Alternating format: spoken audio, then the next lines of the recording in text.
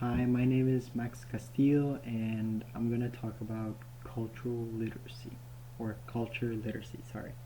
Um, Culture literacy is the ability to understand and participate fluently in a given culture.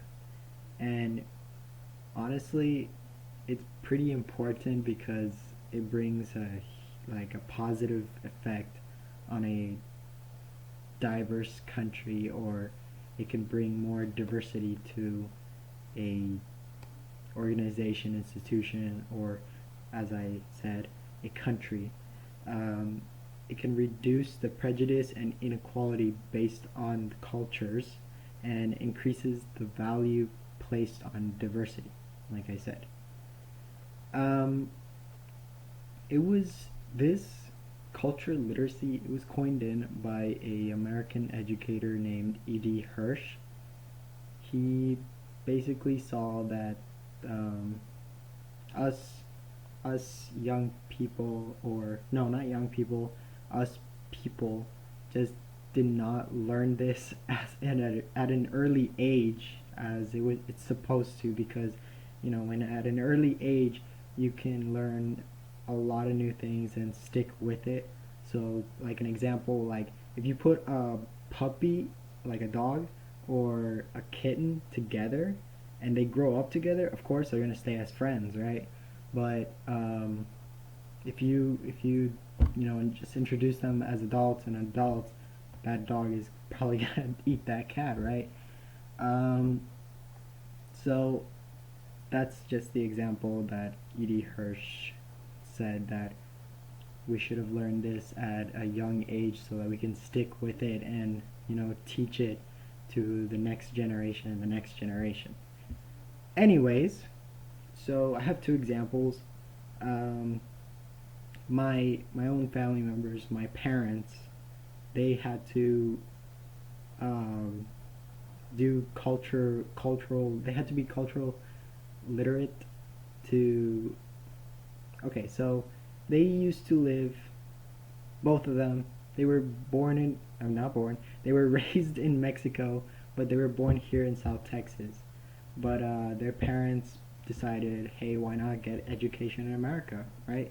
Sorry, United States. And so they both of them moved to here, South Texas, at an early age, at 14 and 15, and they were still, only knowing Spanish. So it's kind of a huge culture shock for them because, we're raised with Mexican culture, and it just come into to them it was foreign territory, and they didn't really know much. So it took them a while to get used to things, because cultural literacy is basically adapting to another's culture and giving respect to it, to understand, of course, and to also participate. You can't just learn it and then just forget about it, right? You need to learn it and then go from there. And anyways, sorry, going off topic. My parents, they had a different views. Like for example, there was no siestas, so sorry about that. Here in the United States, there was no siestas. Also, the time to eat, like dinner.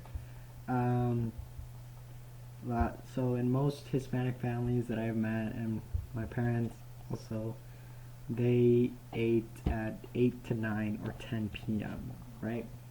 And then here in the United States, most people ate at around for their dinner time. I also found it weird, at around 5 to 6 p.m. And to me, that's pretty early to eat dinner. Um, so they basically had to learn and adapt in order to get into the American society, or you know to fully be to them a United States American. And right now they're doing fine. Like they're right now U.S. citizens and everything. But they had to go through those hardships, and it was difficult for them. Um, for an example, for cultural illiterate, for an immigrant, is basically a person that's stubborn not to, adapt with the American culture.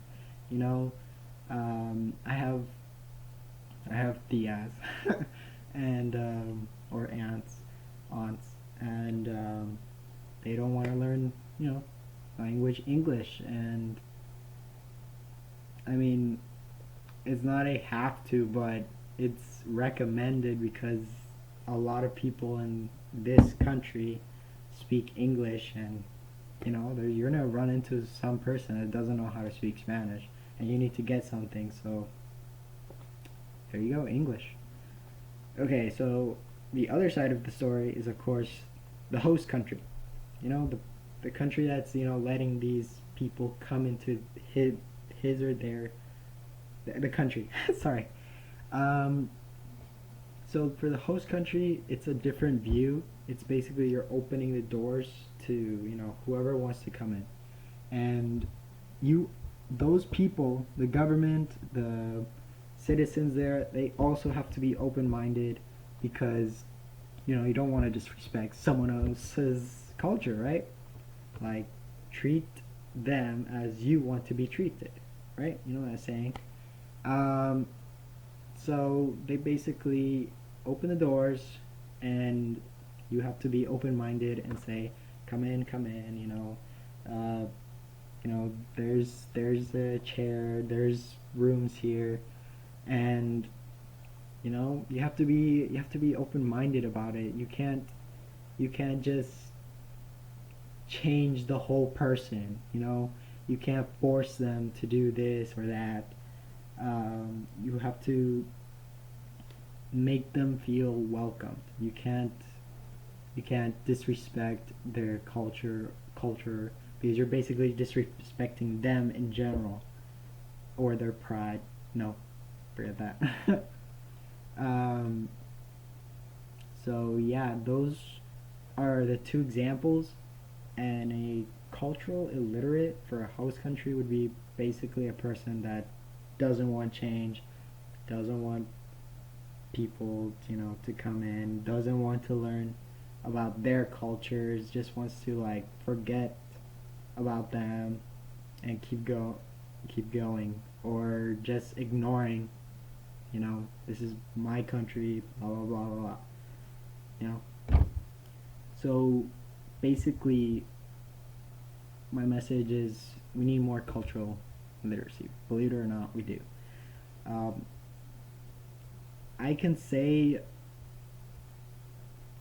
no, never mind. I can't say I'm cultural literate because I need to learn more about other cultures and understand where those people are coming from. So, you know, um, I guess we just need that more here in the United States. We do. We just do. There's just too much like cultural indifference. We need to like think alike. We can't just fight each other for just the wrong culture we have. And like we need to be very open-minded. We can't just think, "Oh, my culture is the most dominant one." No, we need to be like equals. We need to have equality amongst everyone.